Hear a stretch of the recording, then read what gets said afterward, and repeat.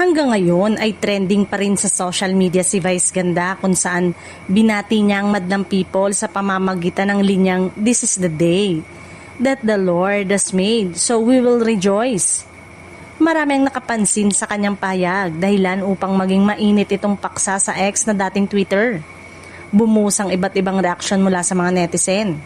May ilan ang nagbigay ng sariling interpretasyon sa mensahe ni Vice at iniuugnay ito sa mga nagaganap na balita, kabilang ang pagkakadakip kay Senator Rodante Marcoleta at iba pang personalidad. Gayunpaman, wala namang direktang binanggit na pangalan si Vice sa kanyang naging pahayag. Dahil dito ay naging usap-usapan kung may mga malalim bang kahulugan ang naging sinabi nito na isa lamang itong positibong pagbati sa mga manonood. Muli ring naungkat sa social media ang naging papel ni Marcoleta noong 2020 sa usapin ng prangkisa ng ABS-CBN. Isa siya sa mga mambabatas na tumutol na magbigay ng panibagong prangkisa sa network.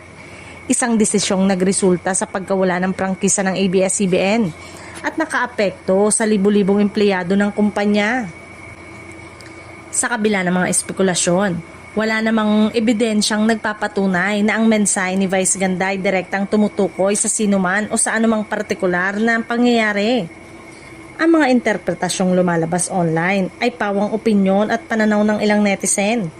Patuloy namang umaani ng atensyon ang It's Showtime dahil sa mga makabuluhang payag at natural na pakikipag-ugnayan ng mga host sa madlang people.